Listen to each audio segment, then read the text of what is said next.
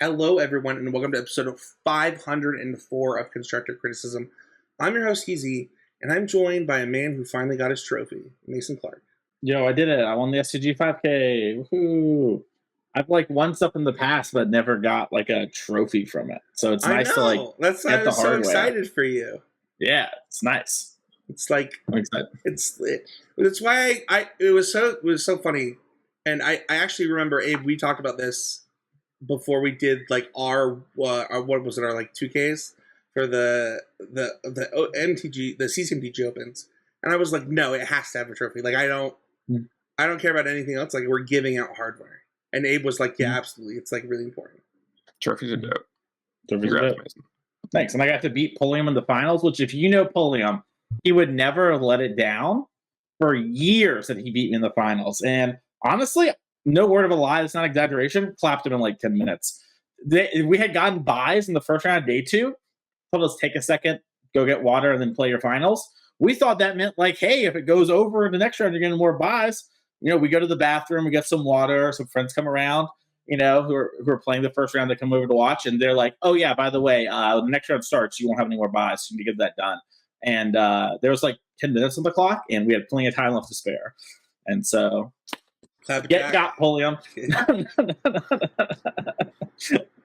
So, Abe, it's so funny, it's not very often that I haven't seen Mason in as long as I've seen you. But in this case, Mason was actually the one that I hadn't seen in a while. But, I missed you last week too, buddy. How you doing? I'm doing good. Good time to be on CC. I'm glad that you're here too. Let's do CC and talk about always improving. It's the point of the show. Every week when we're doing what we can to be improving, getting better. And it's a grind, man. I think that our Patreon question, we'll get into this week, but having this mindset is really hard. Abe, was it hard for you this week? What did you do?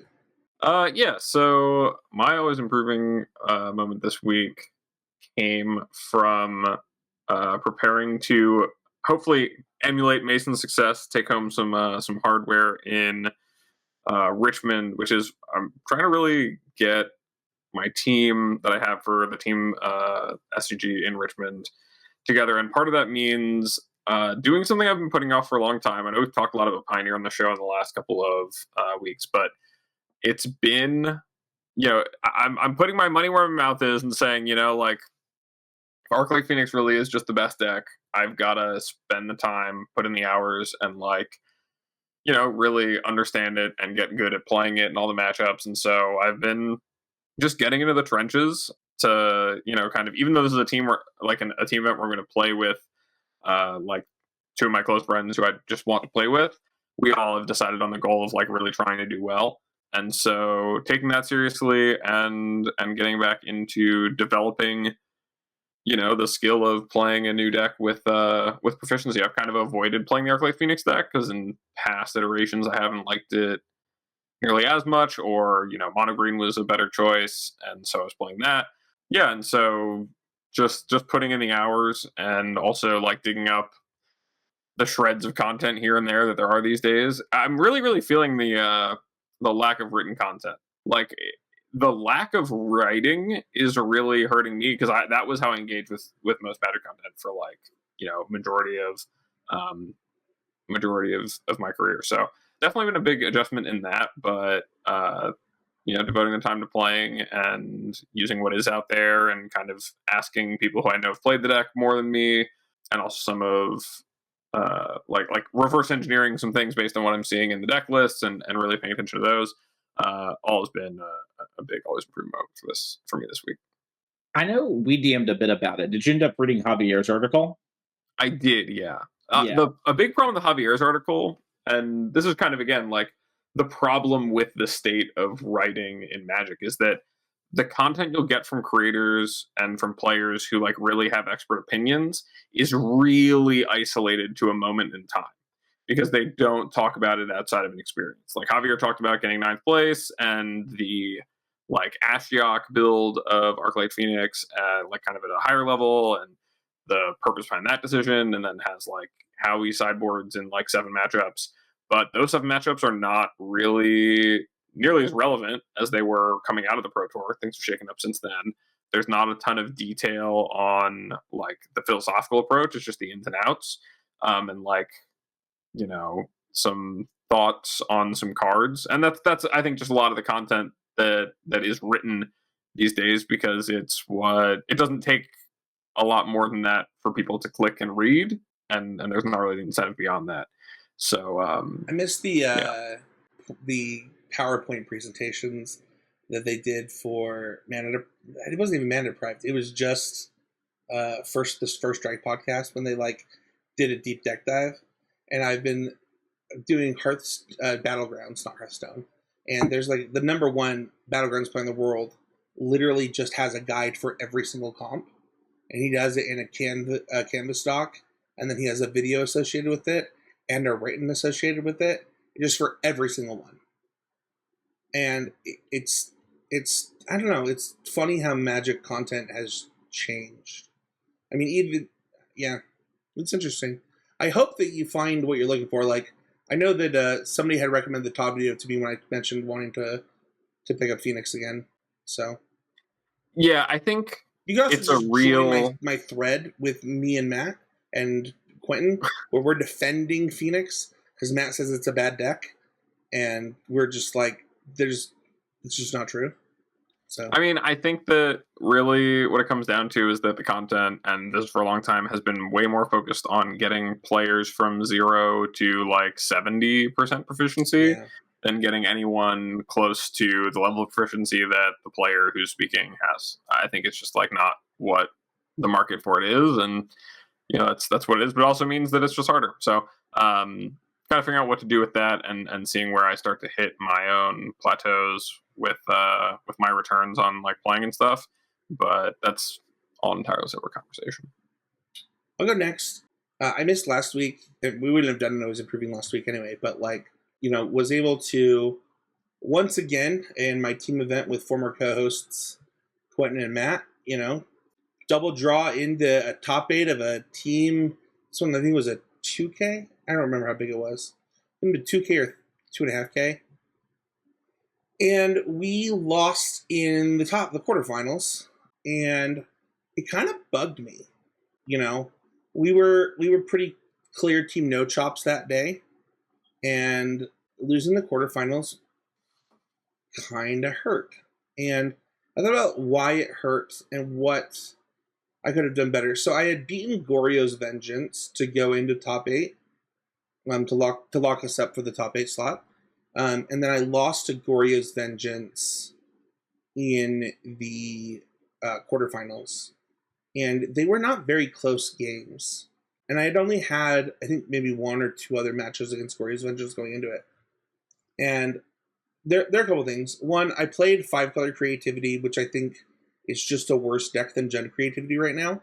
But also, I think that part of the reason for that is understanding what matters, both in the format and in a match of Modern right now. And I wanted to take a step back. So I did something weird. I was like, I want to flex this muscle, and I don't want to do it in Smash because like I have too much Jasmine experience. I don't want to do it in Modern because I'm biased. And my friend had been playing a lot of Battlegrounds, and I was like, this seems like a really good game for flexing your muscle of like understanding what matters at what points during the game. And I went up thousands and thousands of ELO rating in this game this week. And one of the things that I learned is that it was actually about tempo and understanding. You're playing a deck like 5-color Creativity, and you're putting Spell Pierce in your deck or Reprieve in your deck. You need to mulligan hands accordingly that either can't utilize those cards to their maximum effectiveness, or towards those cards utilizing their maximum effectiveness, which I don't know that I was doing in that matchup specifically. And the problem is like I found myself just spell piercing their first spell because I didn't think that it would ever get to counter a Goryo's Vengeance, right? And that kind of tells me that maybe Spell Pierce isn't. That led me back to my original thought, which is that Spell Pierce is not the answer to this deck if you're going to win this matchup. It's actually Thoughtseize is the answer that's going to win this matchup. And I don't know, I think that, like, not everybody has opportunities to flex muscles outside of their game. They don't have resources or skills or whatever. But it really was reassuring because at the same time I was playing Rakdos Transmogrify in Pioneer. And that is another game where you have to understand what matters on what turns, especially when you're mulliganing. And yeah, it was a really nice week and a half to get ready for Pioneer, to be in a similar space to what I've been doing in Modern after stopping Standard and just kind of moving forward. Mason? My always improving moment, I feel like, maybe I didn't actually talk about it on the show, but I'm going to talk about it now because it kind of is what led me into this weekend. And it was reading Zachary Keeney's like article, air quote, or blog post talking about how he was like kind of basically quitting Magic, but not really. He just kind of wants to play meaningful matches of Magic. And I was definitely feeling like a little bit of burnout and fatigue. And some of that stuff I feel like kind of figured out exactly what it was. And it wasn't exactly those things, but I thought it was. It was just me not looking through the right lens. But it really resonated with me about wanting to play like meaningful matches of Magic. And like, if I'm going to go and play, I'm going to like do the things that I want to do and give myself the best chance in our like real games. And so, that I read that, God, it's been like 3 weeks ago now, maybe 4 weeks ago. And I like, was like pretty jazzed. I like fired up a league, rented a Yogg deck, played 2 games, and was like, part of the article was like, basically, I'm not going to play if I don't want to. I don't feel like I'm going to be giving it my all. And I was like, yeah, I'm done. And like 2 days later, came back and like finished out the league and played a whole other league. Just like felt like I could play 8 games. And then this led me to the black deck, which like I end up playing like 3 or 4 leagues within like a 2 or 3 day period. I end up streaming a league of it about 2 weeks ago, and then didn't play it again until this past Friday when I played in the tournament because I didn't feel like I could be giving it that, and I felt like I knew what I needed to know, and so I put the time in that I was like felt actually mattered when it comes to playing, and I thought about this stuff a lot, and then just sort of executed in the tournament, and made sure to take my time, not rush through things, and play well, and got lucky in a couple spots, but who doesn't when they win a tournament? And played really well in a couple spots where I think a lot of people would have lost. So, that was mine, was sort of always improving of like, I want to be playing meaningful Magic. And that means like, I'm going to do things that might feel suboptimal, but I'm going to make sure I'm using my time as efficiently as I can when it comes to physically playing the game. I think that's my favorite always improving in a long time. And it probably would solve my arena habits problem if I just did it. I play a lot of Timeless, for fun or whatever, but it's like different, It's like playing Battlegrounds to me. So I feel you there. Yeah. I think it's like pretty great you brought up that thing that Keeney wrote as well, because I had read that and it really like lined up for me in the same way of like wanting to, maybe not in the same conclusions, but coming to like working into my understanding of wanting to actually be playing, like wanting to play more and giving myself reasons to want to play more. And that's part of why the content thing we were talking about earlier has mattered so much for me, is like one of my favorite things in Magic is when you like see something and you want to do it, or like you want to experience it or learn about it, or like you read about it and you want to like put it into practice. And like to feel that engagement when I'm like playing a league, like it makes all the difference when you're like going and playing with intent and desire versus not. And then that also translates to the quality of the things you learn and your comfort with the deck because you've been playing like you care when you're practicing, the same way that you're playing like you care in the tournament. And yeah, that's really great. And of course, it helps when you just win the whole thing because you're 6'2" and unbelievably good. Yeah, 6'2", goated, knew to play the good cards, wasn't tricked by Ragavan, Kept the ley lines out. It was funny. The thing that really put me over the edge really quick on playing the deck, because I've got a lot of messages, just doesn't really matter long term, but I played Mono Black Scam.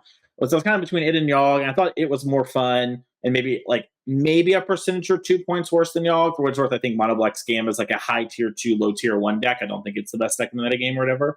And then I like messaged Jerry, and I was like, what are you going to play this weekend? I think I'm going to play Mono Black Scam. And he was like, I'm going to play Mono Black Scam. And we ended up texting each other like our deck list at the same time. And we were 2 cards off.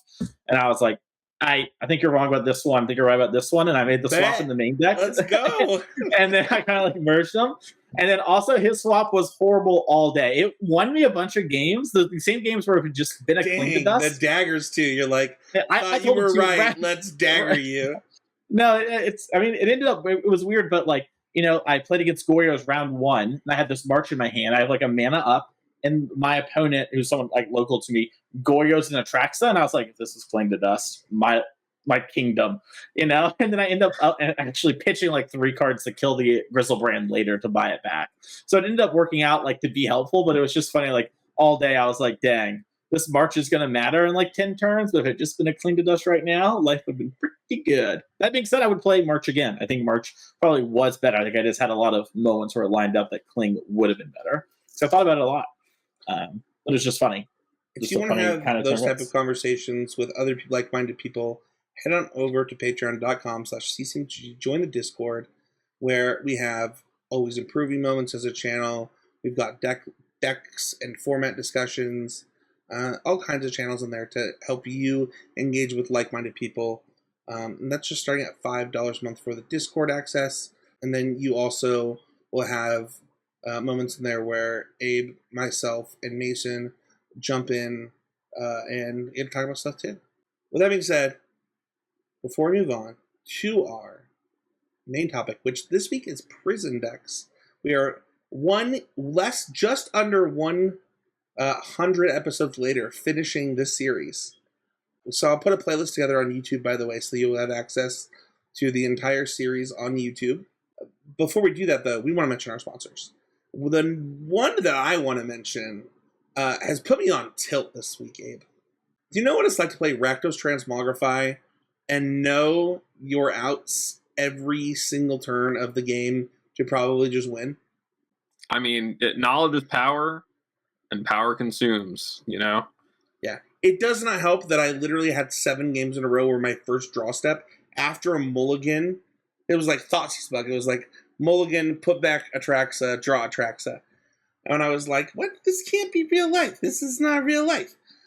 But, stuff like that happens. And if you want to see how possible it really is, our sponsors at Untapped.gg will show you.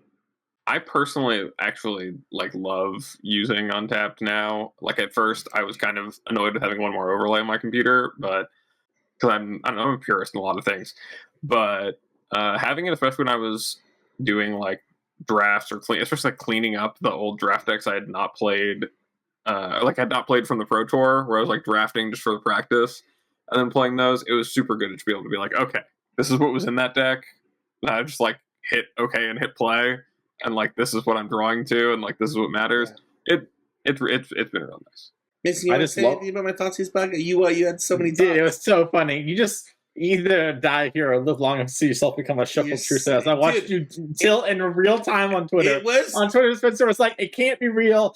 This shuffler's wrong," and it's just like watching your friends, go down a rabbit hole. It was just to be there to help them out. What was so funny is it kept happening the next day after that, and Quentin says something to me. Because I'm sharing my screen, and I was like, "Listen, man, I don't know if it's there's either one of 2 things are happening.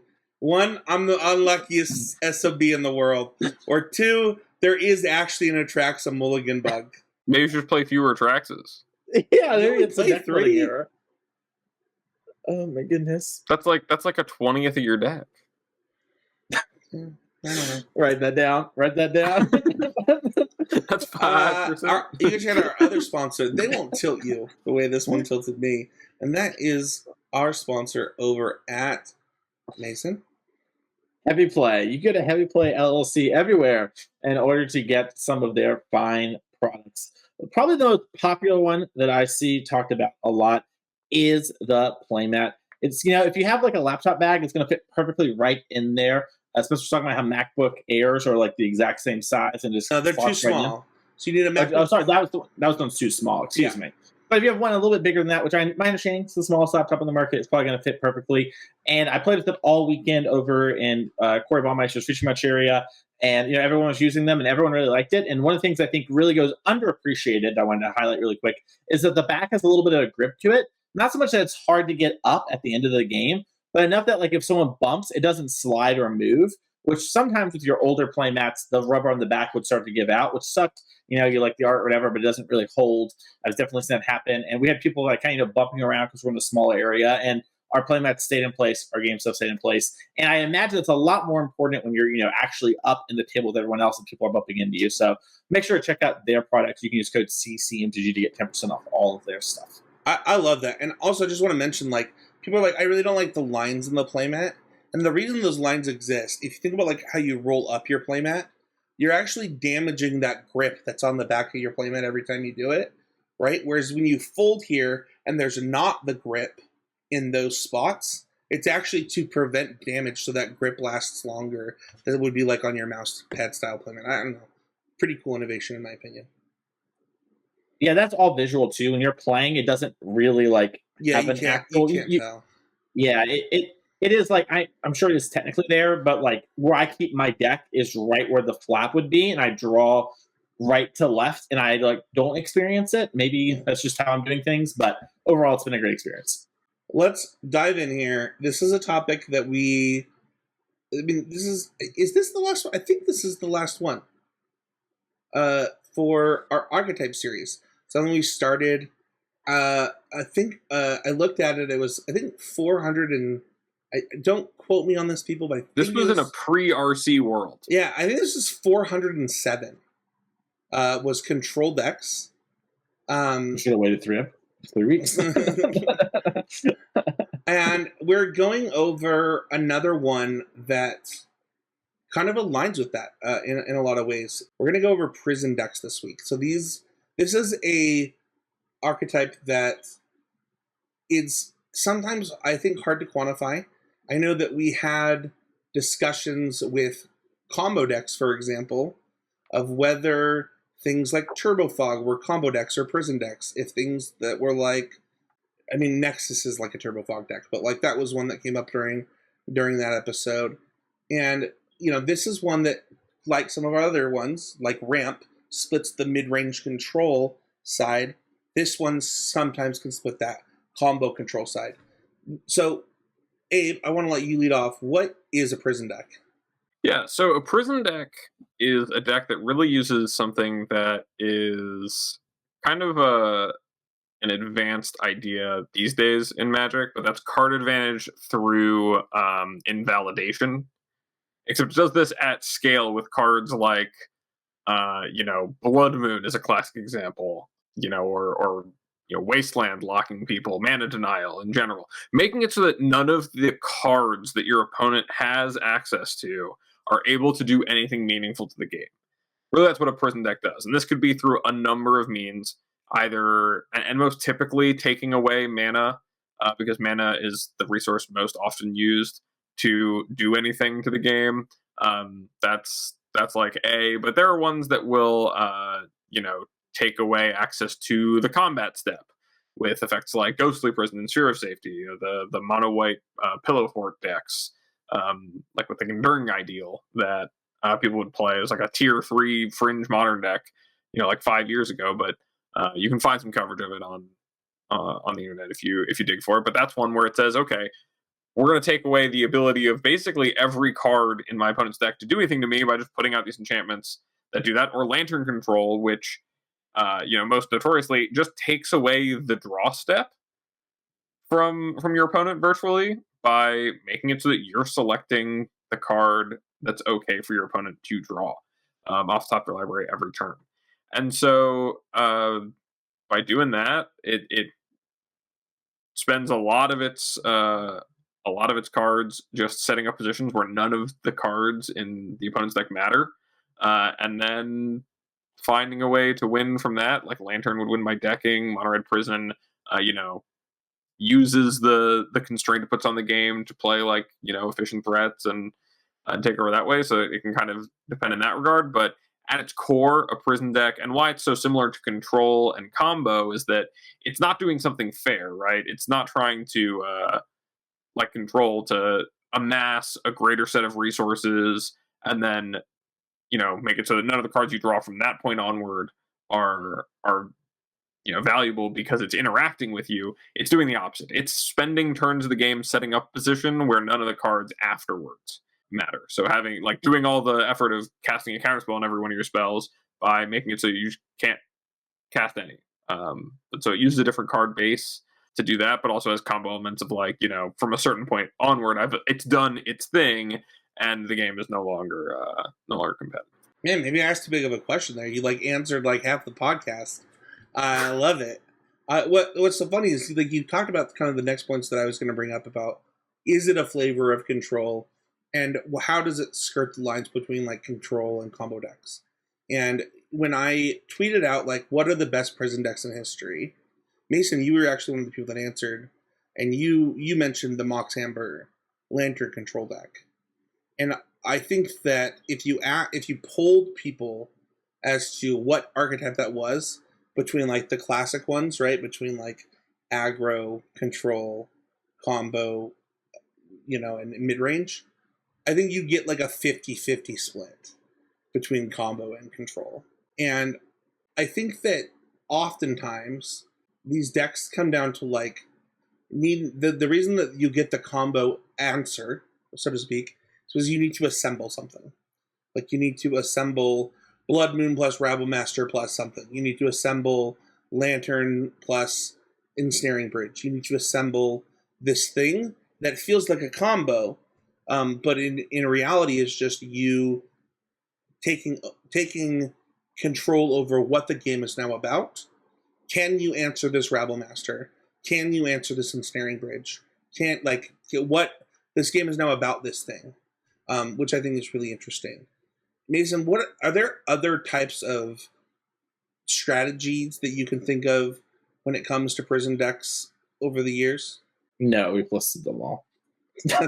No, we did. I know. I mentioned Turbo Fog. We did list them all. Yeah. No, I think that's a fair criticism.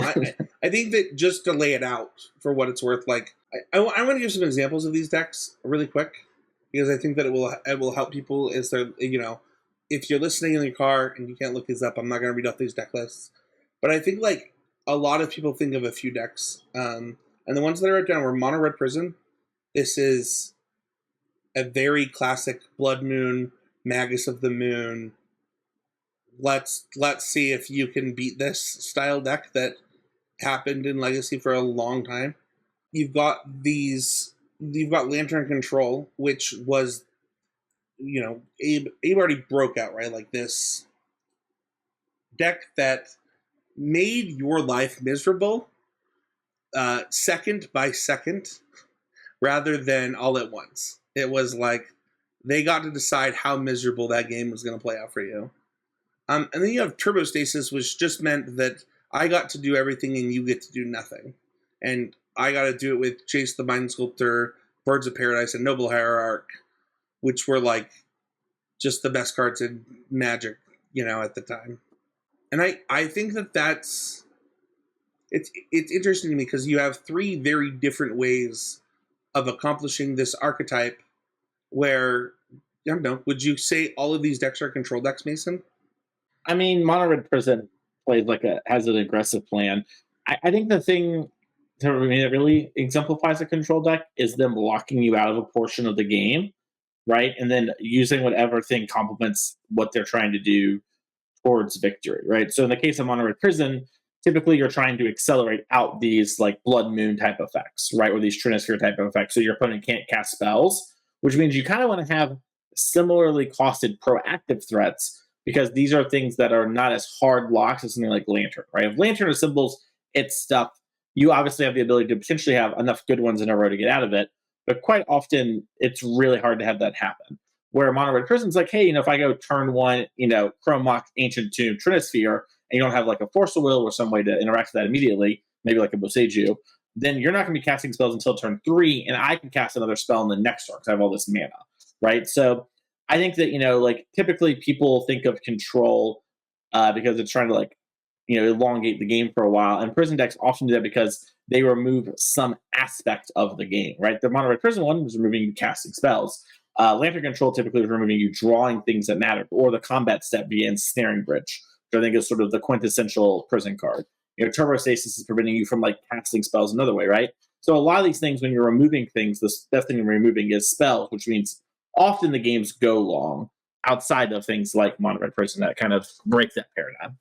It's funny because I almost put Miracles on this list, and I was like, was that really a prison deck, or was that really a control deck? I think that one kind of skirts the line. I think that what's been really fun about this series is seeing the number of decks that like take elements. We talked about this a lot, I think, in the ramp episode that you and I did, Abe, where it was like, ramp decks are really either really high-end mid-range decks or like really fast control decks.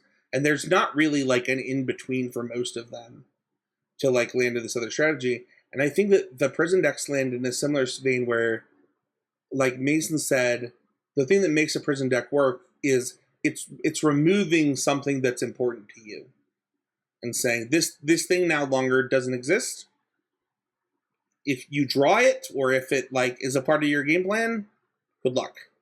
Yeah, and I think that like to touch on kind of like, because you mentioned is Miracles like a prison deck, and I would argue that Counterbalance and Sensei's Divining Top together is like that is a prison element, right? Like most decks, because the way they're composed, the same way that something like Blood Moon says most decks, the way they're composed, once this card comes down, can't reasonably do anything for several turns, if not the rest of the game.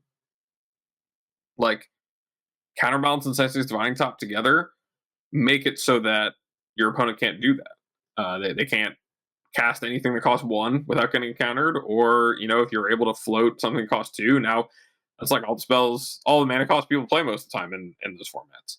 And that, I think, really is illustrative of the like difference between prison and control, is that like control, like we talked about in that episode, you are right using something like Teferi, Hero of Dominaria, to draw extra cards, then make it so that the quantity of the answers to things that are happening and have happened in your deck can line up with what your opponent is able to produce.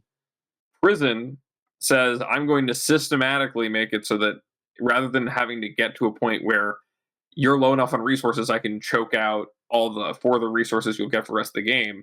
It says from the jump, like with Mono Red Prison, like I'm going to play a turn 1 Chrome Mox or a Simian Spirit Guide and Ancient Tomb, and I'm going to play that turn 1 Blood Moon or Magus or Ravel Master, and this is going to be the game. It's going to be really condensed. You're not going to have a lot of chance to do anything. This is my win condition, right? I'm getting my win condition online because the same way that Teferi is going to draw me 2 cards a turn for a bunch of turns and then start exiling permanents or whatever it does.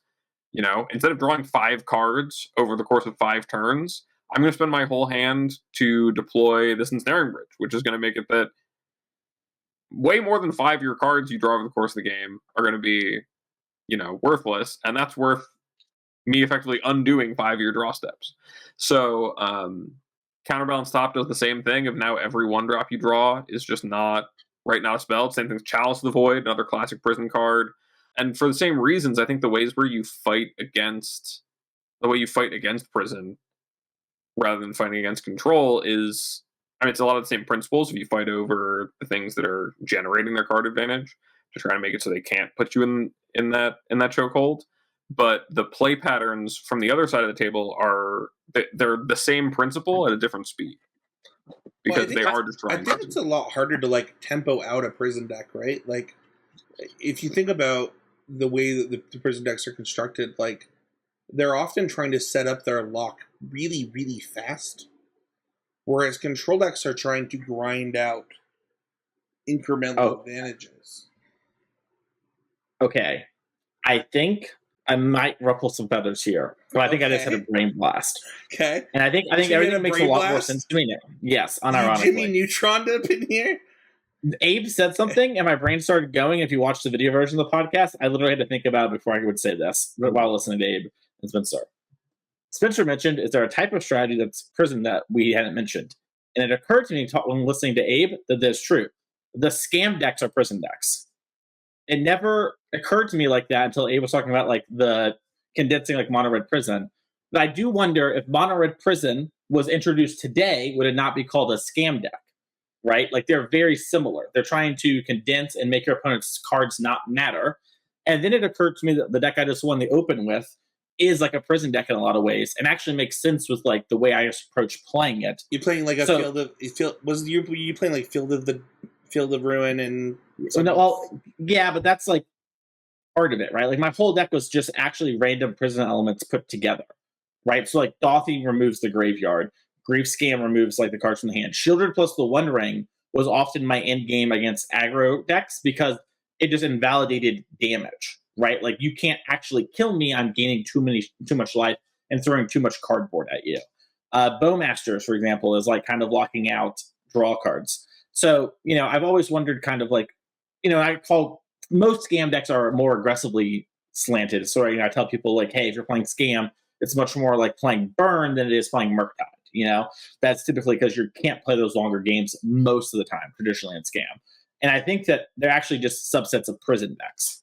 I don't lie. I didn't ruffle any feathers here. I actually, as you're saying this, I think that some of the advice that I've given in coaching to people is to not play their scam decks like Jund mid-range of old, which is like kind of a trap to fall into because you've got like a bunch of pretty decent mid-range cards. Like obviously, like you could play that way, but in fact, you're actually what you're really trying to do is do your thing, which in all honesty might align closer to Mono Red Prison than it does Tarmogoyf Jund, like in any sense of the way. Yeah, I don't think the scam deck of old with like Fury Riven and the current ones are like Jund, so that makes sense to me too. Abe, I'm curious if you have any thoughts on this.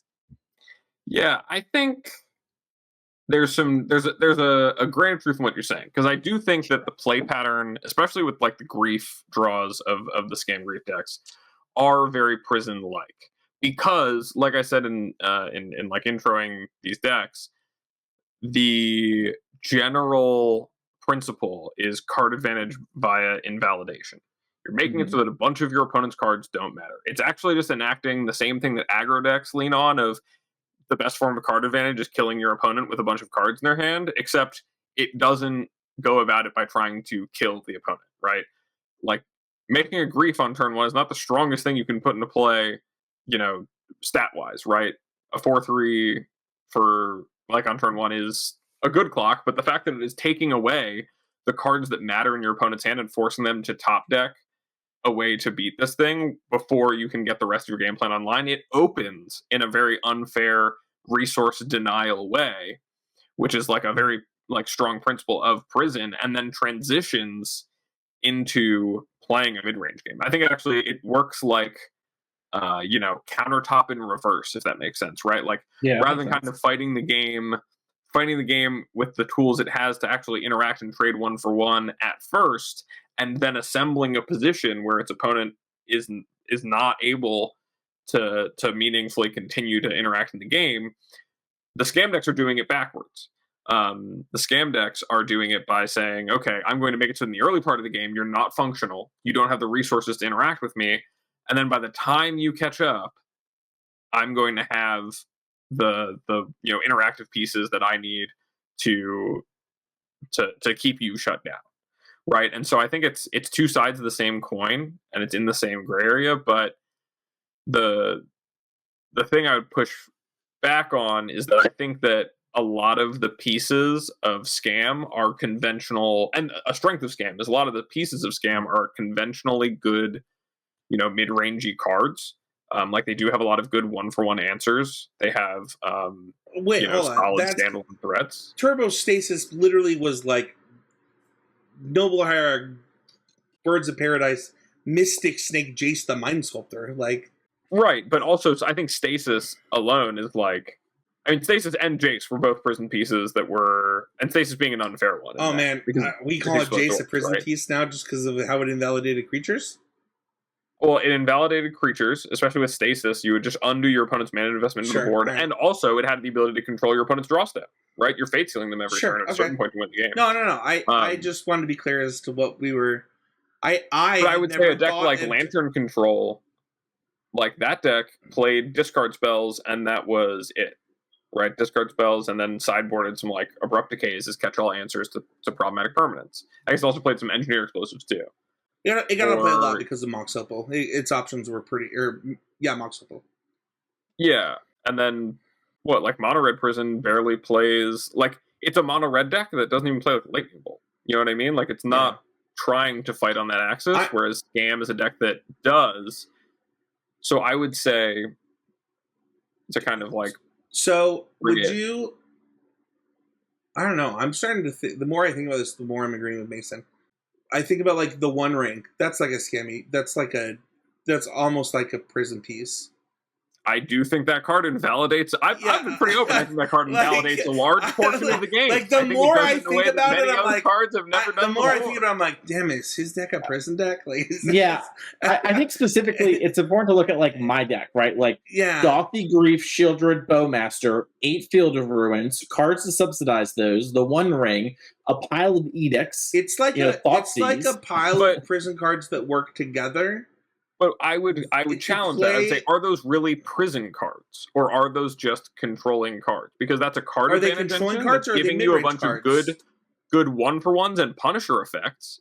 But are you really saying, like, you're not playing any cards that say to your opponent, you can't play things? Ashiok. I mean, also, I don't know that that's true. I think Field of Ruin tells a lot of decks they don't get to exist.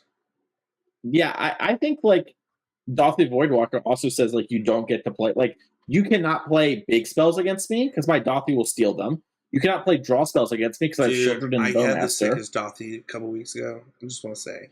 It can't be as sick as mine because I March of Wretched Sorrow down a Griselbrand, cast the Griselbrand with a Shieldred in play, and drew my deck. Oh my gosh!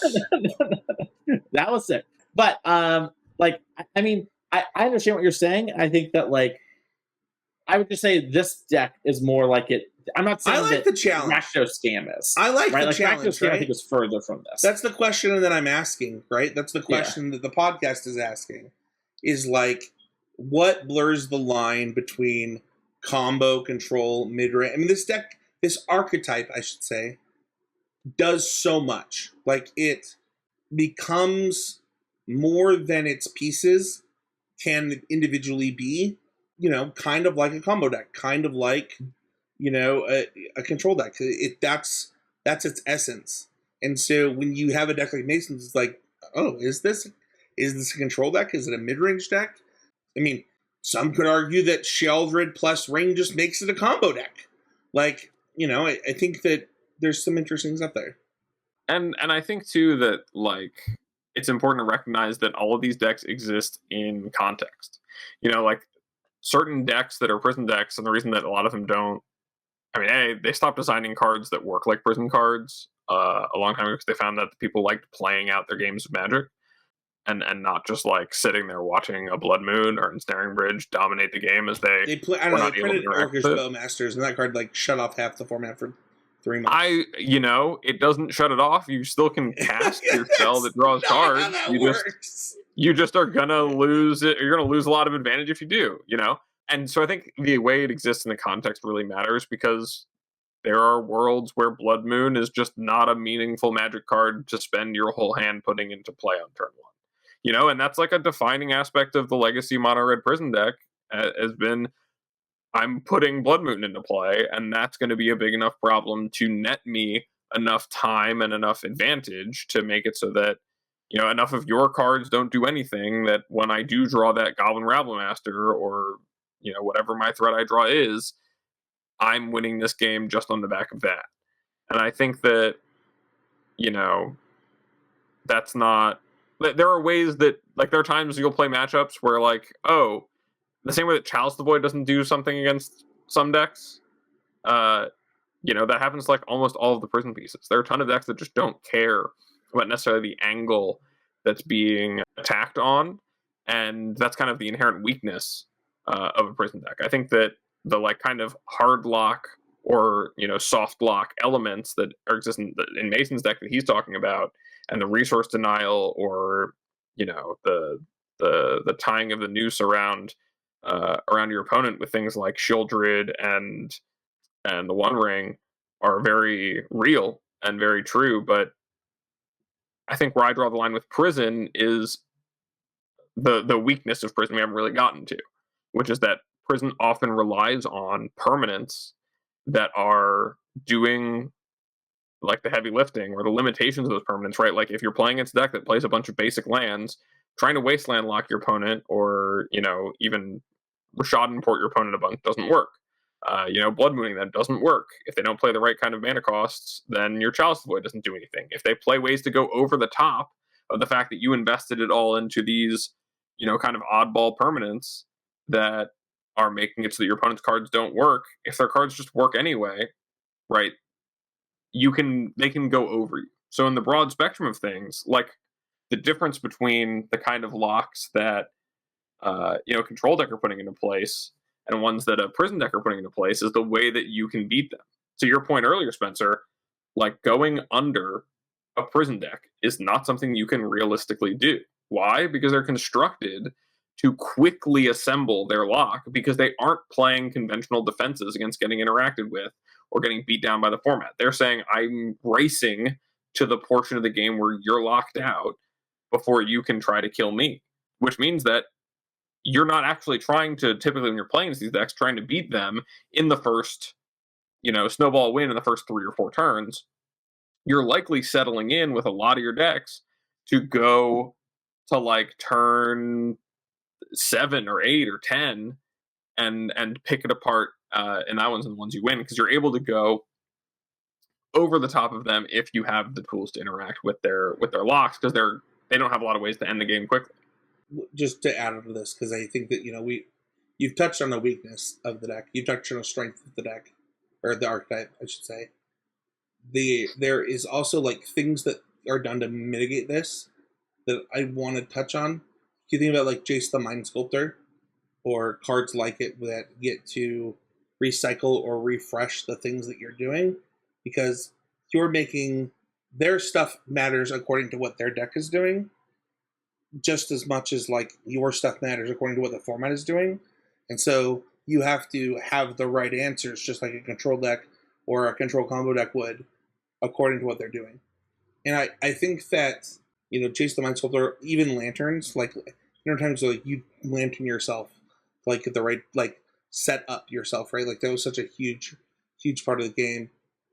I think that we will never see the end of people doing this because it is when it's good, it's such a grip hold on the format. I think that probably all of us have experienced times in our legacy time, whether it's you guys at your SCGs or me doing this podcast of like, or GPs, like where it's like, all right, I'm going to play 4-color good stuff in Legacy because like Deathrite Shaman's legal. And then somebody goes, turn 1 blood, and you're like, all right, well, rack that one up to like somebody playing a bad deck, quote unquote. And then, you've got a mono red Prison deck in the top 8 because, 80% of the field was Grixis, Jund, 4-color nonsense. And that's just going to happen. I think Lantern Control had a lot of those moments in Modern where it worked because there's such a huge subsect of the format that doesn't want to play that style of deck and wants to play their thing, right? They want to play Magic their way, that their way is going to get taken advantage of. That is going to do it. Any final thoughts before we move on to the Patreon question, Mason? I love Prison decks. I almost had fully foil Lantern Control at one point. It is really fun. And yeah, this is a good time. I like playing the mono red Prison deck in Legacy. When they are well positioned, they are very, very, very good. I like that you mentioned Pillow Fort. I should have put that on here. Yeah, I have a soft spot for the humble Prison deck because they really do require a lot to be playable. They're another thing where, kind of like a tempo deck in that they need to have the right things to line up with the right things going on in the format. He's going to pop off on us right now. I was about to ask if Prison was tempo. No. But The one thing I did want to plug is that if you do want to understand more about prison decks and you want to get more insight in this episode, I would say there was an article that I wrote for Star City about 5 years ago now, which was about the Whir prison deck at the time. And dude, I broke down a pretty good way. Like, yeah, back when Whir Invention came out, it was Sodek, right? It was someone who there was someone who was playing it a lot on the SCG tour, and it was winning a lot. And the deck started having like some good results. There was like 2 or 3 players who had started doing well with it. So I wrote an entire piece on that deck specifically, and that talks a lot about the prison principles. And so there's, I can speak to at least one good educational piece of content on how to understand and read a prison deck. I love that. Plug in your own thing from 5 years ago that I will not get paid more for, and no one's tracking the metrics on it. I'm not even sure how you can find it. But that's going to do it for this week. Let us know in the comments if you're watching on YouTube, like, what is your favorite prison deck of all time? Also, if you hate it, still engagement. Let us know why you hate prison decks. I think it's one of those type of archetypes. If you want to support the show, patreon.com/ccmg is one of the best ways to do it. If you are a patron of $5 or more, you get access to the Patreon question, like Adrian, who says, when a bad life event happens, how do you continue to move and focus on always improving from a big down moment and not letting yourself down for too long and getting in a life slump? Oh, man. I'm going to go first on this one. You guys can think about this. I had the worst year last year, Adrian. And I think that I did let it get to me, as we know from my transparency on the podcast of a suicide attempt. I think that one thing that we don't recognize as humans is that everyone has their own individual experience. And you don't know what's going to trigger them to be at their lowest. And also, I think that sometimes the way that we talk about always improving is not as true to always improving as the concept really is.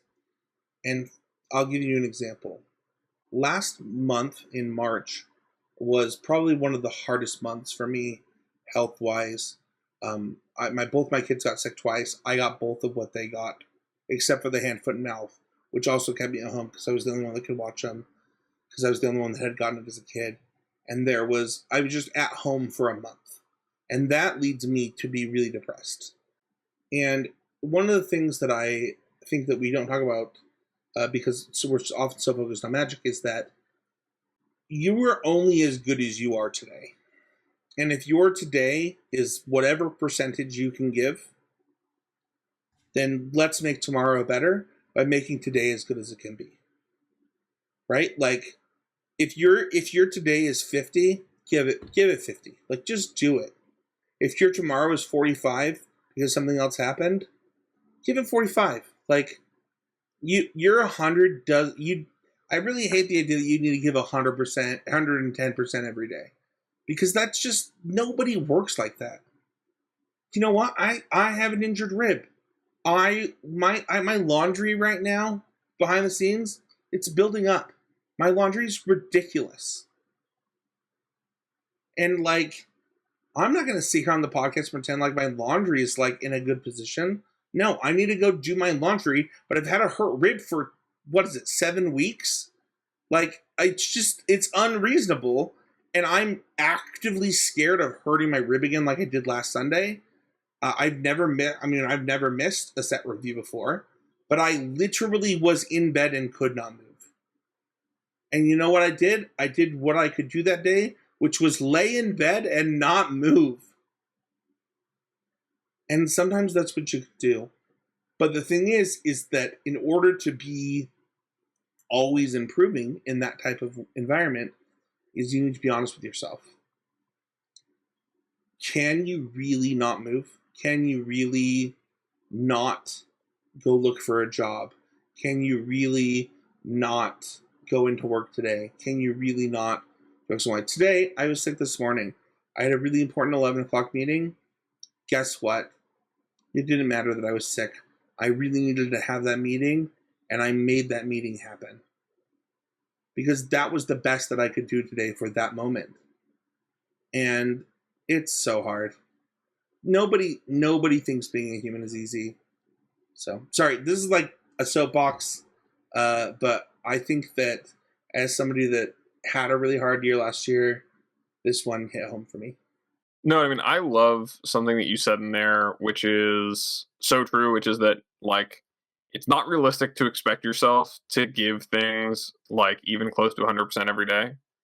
Like, we are human beings. We're not perfect. We're not machines. And even the idea of, like, always improving is a non-linear thing, right? Like, the goal is to get up and be better than you were the day before.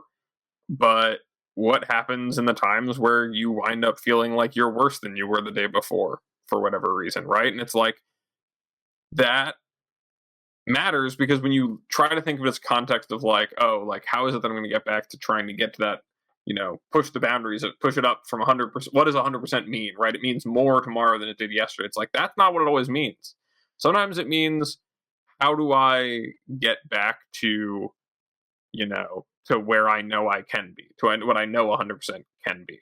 And when you're going through a hard time, I'd say like a cognitive shift of, I'm not trying to be perfect. I'm not trying to be, this perfect ideal of who I think I can be, given everything being good. Like, accept where you are in the moment, meet yourself where you are, and, put that next step in and go one step further than you did the day before, and you'll get there, right? That's always improving. And that's how you can know that you won't feel like to not be letting yourself down for too long. Just don't stop remembering that you are capable of moving forward and moving up, and things will get back to where you were from this place where you feel, things are not great.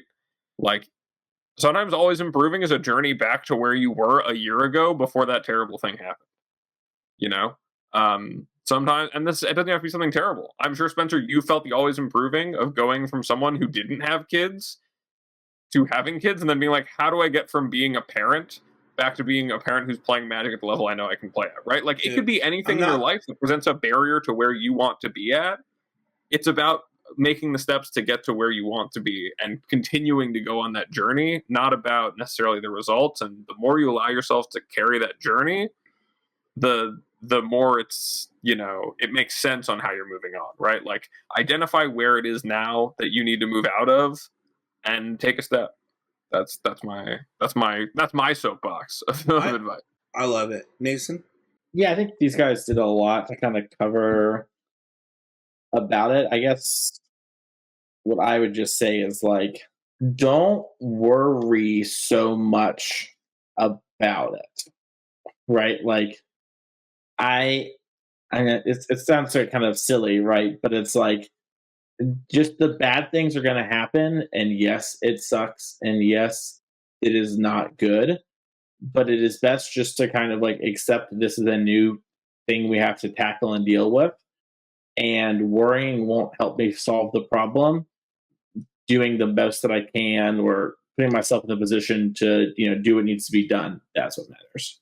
You sound like my private Twitter this morning at 4 a.m. when I was in the bathtub sick. Yeah. Mason, that's what I'm talking about. You just gotta do what you gotta do. Yeah, do what you gotta do. It's funny. I wanna highlight something that both of you said, because there was a long time doing this podcast where I really believed in always improving, and I really I'm not gonna pretend it didn't change my life. Like, it is obvious if you had followed my career from the time the podcast started to now, that always improving and adopting it as the concept when we learned it on the podcast together has changed my life. But I think that there are a few things that sometimes we miss on. And one of them is really, I'm going to go anime reference for people, so let's go. Do you guys know what Plus Ultra means from My Hero Academia? Oh, I love it, Abe. Mason, to you? Spencer, I told you about My Hero. I know that. Do you know what? Do you know what? Yes, plus I know what plus ultra Okay. means. Yeah. Come on. Boy, I'm coming at you now. So like Yeah, go beyond. this motto of going further beyond comes from a Roman emperor that he's saying break your limits. Like in order for us to achieve the greatest, which by the way, let's be clear, the Roman Empire is like the greatest empire in the history of mankind. So like he was right. The Roman Empire, Spencer's Roman Empire. Dude, it's no, I have a different Roman Empire, but we can talk about that later. But like, it is wild what they achieved, what they did. I think that this idea of like going beyond your limits now, and you know, I think about like my rib right now, just to be transparent about like me right now, of like, okay, what could I do yesterday? What can I do today? But what can I do without hurting myself, right? And so often we get in this space, and my wife does this too, where we think we can do everything. Like we're good to go. Like everything's better now. Let's do everything we ever thought we could do. And that's not how it works. Like the way that it really works is like you should do something a little bit better. Like go a skosh beyond. Don't go too far. And that goes to what Abe is saying, right? Like, you know what? Your yesterday was 50. Your today's 45. Can you do a 46? And like that's like what a training is about. Like Mason's been going to the gym a bunch, and like sometimes it's like I did 50 yesterday. I cannot possibly do 50 today. But you know what? I'm going to do 35 when I thought I could do 30. And it's about going beyond what you think your limitations are, but you have to set limits. Otherwise, you're just going to be upset. If you want to join the conversation, head over to the Patreon Discord, where I'll be posting nothing but My Hero Academia memes about this question for at least a week. Also, I don't think we've ever talked about this. If you post the Wednesday GIF from the wonderful Geico commercial before I post the episode, if I have the episode, I will instantly post it. I will stop everything that I'm doing at work and post it. I have told my Guess what day it is. Yeah. Oh, guess what day it is? Dude, it's so funny because now I get them not in the Discord too. People will just text me them, and I'm like, this isn't how this works. But yeah, the Patreon Discord. The public Discord is a great place to talk about fantasy sports, TV shows. We're probably going to have to do Fallout, the TV show, in the public Discord coming up for the Heezy Game Media Discord. And then the YouTube comments. It is the number one way to help the show. I heard that 3 otters got to eat their first clam last week when somebody left a YouTube comment. What if we did that 7 times, Abe? That would be 21 otters. That's a lot of otters, man. Yeah. So, I'm just saying. That's a lot of otters. And then follow us on Twitter, @CCMTG. Check out the rest of the network. And like, subscribe, comment, review. Everything like that helps the show out more than anything else you can do. Unless you find Abe at... you can find me at twitter.com/morenothings. That's where the you place. Can't recognize a foot. Let's be clear. That does not look like a foot. It's a monkey. AI art. I'm not saying it. I'm with Mason on it. That's not AR. That is. You think that so? Is, now we have to put Now's tweet in the show I think notes. it is way more likely that a monkey foot looks more like a foot than that when a person draws it, than that someone would be using AI in their art in general these days. And also, I think it's way more funny to say that hand is part of the bonus sheet. So the bonus sheet. Mason, where can people find you? You can find me each and every week here. You can find me on Twitter Mason E. Clark. You can find me at twitch.tv/TheMasonClark. You will see me this weekend on NRG coverage. So if you want to check that out, I'll be there on Sunday. And if you want to reach out for coaching, you can do that via the Twitter or my email, masoniclark@gmail.com. I am pulling back on coaching. I don't really need to do very much of it, just to be honest. And I'm wanting to have more life to myself and not just work 50 hours a week. So if you're wanting to get in on a session, now is probably the best time, because in May, I'm going to probably stop promoting it for at least until the fall. So, dude, I love it. You find me at He's a Game on Twitter. Find me every single week on the Need to Nerd podcast, where we talk about nerd culture. This week we did Cobra Kai season 5, which was arguably the best season of Cobra Kai. And it's a show that survived like a lot of stuff. Just to like promote it really quick, like it survived a move from YouTube Red to Netflix. It survived a writer's strike. It survived a pandemic. Like it survived a lot as a show, and is pretty good. So check out that episode. And then, every month or so, do a Smash podcast with Matt Kling. And then we are going to start back up Constructed Clash. Matt and I are pretty dedicated to it. Some stuff has come up with my help the last, few weeks. But we have talked about it quite a bit and how we want to construct the show on this YouTube channel. So check that out when it comes back. It's gonna be pretty fun. Mason, what'd you learn on the show this week?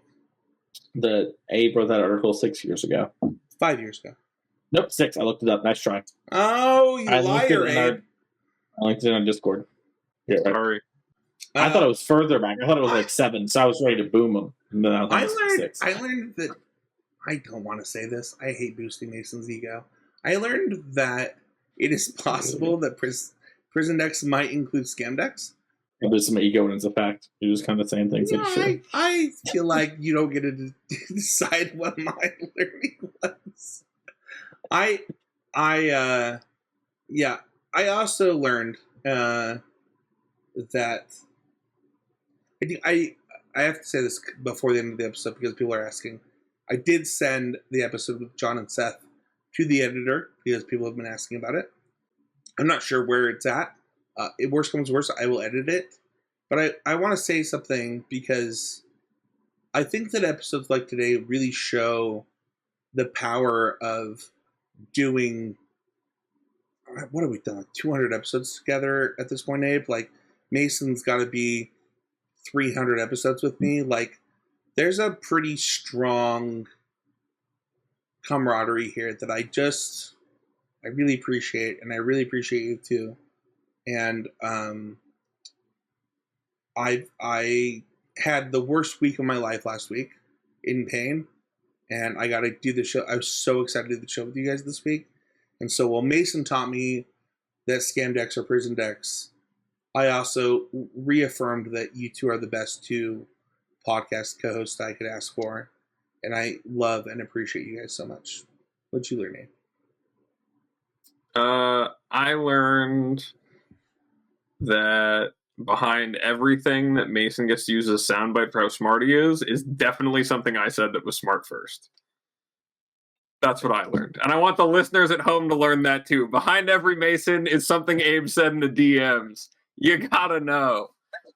Also, that apparently these emojis are just... I might have to turn those off.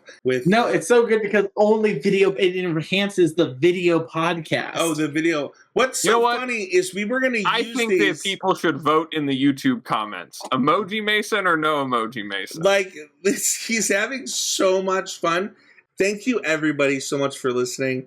We promise in our next podcast meeting, we'll figure out what permissions to give Mason, and we'll be always improving. See y'all next time. And we'll be listening for the YouTubers' input. The YouTube. Yeah. Do you want Mason? It's all on you, comment. Unlimited. If you would just stop calling it out, then it would enhance everything. Because then the engaged viewer gets it, and then we get a little hee hee, and they get a little. They get a ha ha. Yeah, I knew you were saying. I knew it. Thank you so much. We'll see you guys all next week with another episode of Constructed criticism.